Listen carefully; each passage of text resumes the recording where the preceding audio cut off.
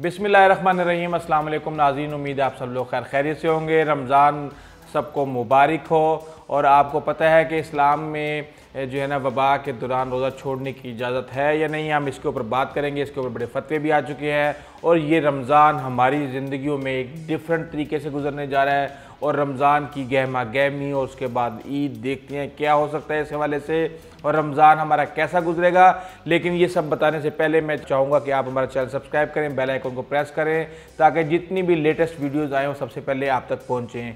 रमज़ान का आगाज़ हो चुका है लेकिन रवां बरस पर महीना गैर मामूली हालात में आया है ये, और ऐसे हालात की जहाँ दुनिया भर में वबा ने लोगों को समाजी दूरी इख्तियार करने पर मजबूर कर दिया है। और मुस्लिम ममालिक भी इस हवाले से महफूज नहीं है। इसे आलमी वबा करार दिए जाने के चंद हफ्ते बाद ही ये वाज़ेह हो गया था कि इसके फैलाव में मजहबी इज्तिमात का बड़ा किरदार रहा है, जिसमें हमारे जो है ना हज से और उम्रे से जो लोग वापस आए थे उनमें भी ये पाया गया, उसके अलावा जो तबलीग में थे वो भी पाए गए। लेकिन इसका मतलब ये नहीं है कि जितना भी जो ये वबा फैली है वो सिर्फ इस वजह से फैली है। जो दुनिया में 20-22-25 लाख लोग इस वबा में मुब्तला हुए हैं वो सारे के सारे ना तो मुसलमान हैं और ना ही वो इन तरह के इज्तिमात में आए थे। नतीजा ये हुआ है कि जदीद तारीख़ में पहली बार सऊदी अरब में मक्का की मस्जिदुल हराम नमाजियों से खाली करवा ली गई, उम्रा गैर मुय्यना मुद्दत के लिए मअतल कर दिया गया और सऊदी अरब ने हज की ख्वाहिश रखने वालों से दरख्वास्त की है कि वो फ़िलहाल अपनी सरगर्मियाँ मुलतवी कर दें। इराक़ और ईरान में भी मुक़द्दस मकामात की ज़ियारत का सिलसिला रोक दिया गया है और माहिरीन ने अभी तक मजहबी सियाहत के शोबे को होने वाले नुकसान का अंदाज़ा लगाना शुरू कर दिया है। मार्च में मसीहों के मजहबी त्यौहार ईस्टर से कबल रोज़ों के मौके पर समाजी दूरी और तन्हाई के लिए किए गए इक़दाम देखकर यही लग रहा है कि माह रमज़ान में मुस्लिम दुनिया में भी ऐसा ही कुछ होने वाला है। तन्हाई, सफरी पाबंदियाँ और इज्तिमात पर पाबंदी से इस्लामी रसूमात और इबादत जैसे उम्रा, नमाज जुमा और यहाँ तक कि तदफीन तक का अमल मुतासिर हुआ है। अब सवाल ये है कि रमज़ान में क्या होगा। इस्लाम रमज़ानुल मुबारक में मुसाफिरों और मरीज़ों को रोज़ाए कसर करने या ना रखने की इजाज़त देता है और रूह की हिफाजत और बहाली और इससे पहुँचने वाले नुकसान से बचने की ताकीद करता है। रवां बरस वबा के दौरान रमज़ान के रोज़ों के बारे में पहला फतवा मिस्र में अल-ज़हर से सामने आया है, जिसके मुताबिक वबा के ज़माने में जब तक ये साइंसी तौर पर साबित नहीं होता कि पानी ना पीने से रोज़ादारों की सेहत पर असर पड़ सकता है, इनके लिए रोज़ा छोड़ना जायज़ नहीं है। इनका फ़ैसला काबिल एतमाद डॉक्टरों के करने का है क्योंकि वो इंसानी सेहत को महफूज रखने के मामले में माहिर हैं और कोई भी शख्स अपना मामला किसी भी डॉक्टर के साथ डिस्कस कर सकता है और उनका फ़ैसला हर मुसलमान पर लागू होता है, चाहे वो रोज़ादार हो या नहीं। फतवे में ये भी याद दिलाया गया है कि इस्लाम में वज़ू करते हुए चेहरा धोने के साथ पानी मुंह में भी दाखिल किया जाता है, जिससे मुसलमान अपने मुंह को नम करते हैं, बशर्त ये कि ये पानी इनके पेट में दाखिल ना हो और इनका रोज़ा बातिल हो जाए।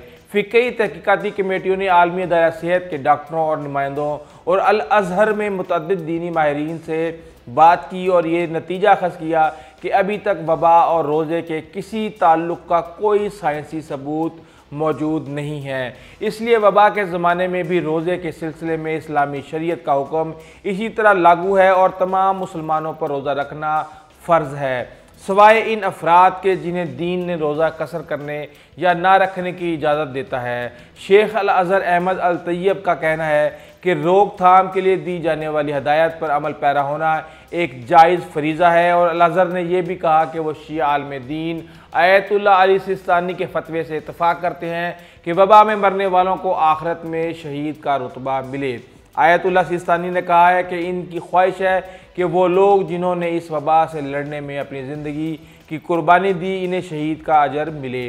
तारीख़ में रमज़ान का महीना और हज वबाई बीमारियों से पहले भी मुतासिर होता रहा है और तकरीबन कहा यह जाता है कि 40 से 44 टाइम यानी कि तकरीबन 40 to 44 टाइम्स ये इससे पहले भी तारीख़ में कैंसल हो चुका है, जबकि माजी में ताउन और हैज़े की वजह से हज मुतासिर हुआ था। वबा के असरात से मुतल्लिक एक मुफस्सिल फतवे में मुस्लिम दानिश्वर अली मोहिउद्दीन ने सही मुस्लिम की इस हदीस का हवाला दिया है, जिसमें कहा गया है कि जहाँ ताउन की वबा हो ना वहाँ का रुख किया जाए और जो वहाँ मौजूद हो वो भी इलाका ना छोड़े। वो लिखते हैं, जहाँ तक मैं जानता हूँ तारीख में हज, ताउन और इसी जैसी वजूहात की बिना पर मुकम्मल तौर पर बंद नहीं हुआ, लेकिन ये ज़रूर है कि जो करामता फ़िरके ने कई बरसों तक हज नहीं होने दिया था, क्योंकि इनके दौरे हुक्मरानी में कुछ इलाके ताउन की वजह से मुतासिर हुए थे। और 2009 में जब स्वाइन फ्लू फैला तो भी हज पर पाबंदी के लिए कुछ फतवे सामने आए थे, लेकिन सऊदी हुकूमत ने इस मामले का फ़िक्री और तबी लिहाज से मुताला किया और ये नतीजा ख़ास किया था कि इस खतरे की तस्दीक या तौसीक नहीं की जा सकती, लिहाजा हज को नहीं रोका जा सकता। फतवे में 1999 में हैजे की जो छठी लहर में भी हज को रोकने के बारे में एक तारीखी हकीकत की निशानदेही की गई है। जहाँ तक रोज़े की बात है तो ताउन की वजह कई मरतबा माह रमज़ान में भी फैली, लेकिन ये इस ख्याल पर गौर करने से कबल ही ख़त्म हो गई कि इसकी वजह से रोज़े साकित हो सकते हैं या नहीं।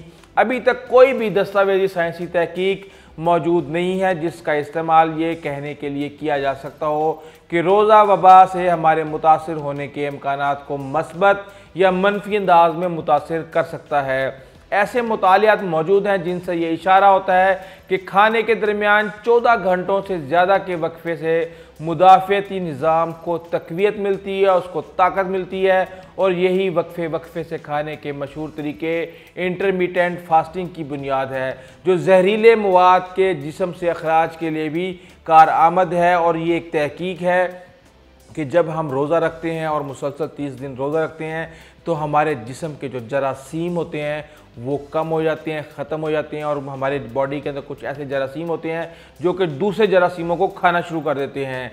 वबा में अल हज़र के इस फतवे की मौजूदगी में कि एहतियाती तदाबीर के तौर पर रोज़ा ना रखना जायज़ नहीं।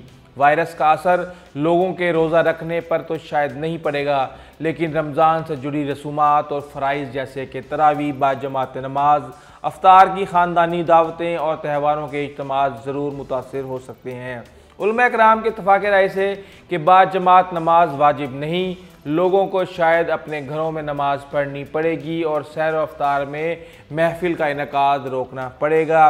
अरब ममालिक में रमज़ान से मुंसलिक मुआशरती रसूमात पर असरात बहुत ज़्यादा होंगे। इसका मतलब ये भी है कि बाज़ारों में हजूम नहीं होगा जैसा कि हर साल ईद के मौके पर होता था, और अगर मुमकिन तौर पर आने वाले हफ्तों में एहतियाती तदाबीर बदस्तूर बरकरार रहीं तो सैर व अफ्तार बड़ी बड़ी दावतों की जगह अहले खाना के साथ खाने की मेज़ पर रोज़ा रखने और खोलने तक महदूद हो जाएगा।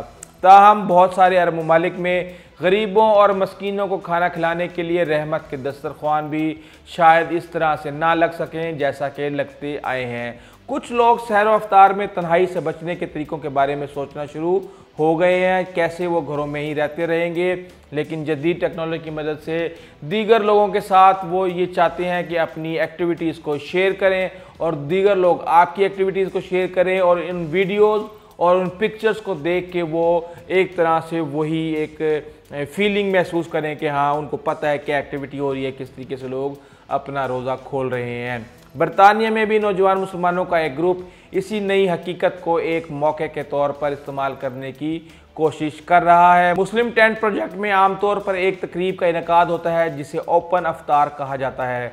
वो लंदन के ट्रैफलगर स्क्वायर जैसे मशहूर मकाम पर खैमा लगाते हैं और इसमें तमाम अकायद के लोगों को खाने में शामिल होने की दावत दी जाती है। इस साल क्योंकि मुआशरती दूरी जैसी इक़दामात मौजूद हैं, इसलिए वह रमज़ान के पहले दिन एक वर्चुअल अफ्तार का इंतज़ाम करने की कोशिश कर रहे हैं और उन्हें उम्मीद है कि हज़ारों अफराद इसमें शामिल होंगे।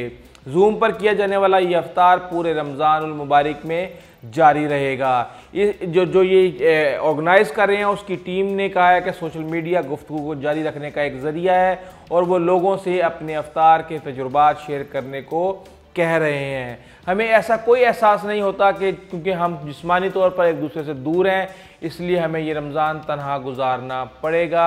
ये एक हकीकत है और मेरे ख़्याल से हमारी ज़िंदगी में बहुत सारे रमज़ान आ चुके हैं और हम जो है ना ईदें भी गुजार चुके हैं, लेकिन हमें अपने और अपने इर्द गिर्द अपने बुज़ुर्गों की जानों से बिल्कुल नहीं खेलना चाहिए। हमें एहतियाती तदाबीर करनी चाहिए जब तक कि हमारी हुकूमतें हमें इस मामले में सजेस्ट करें, हमें गाइड करें। अगर आपको हमारी वीडियो अच्छी लगी है तो प्लीज़ आप हमारे चैनल को सब्सक्राइब कीजिएगा, बेल आइकन को प्रेस कीजिएगा।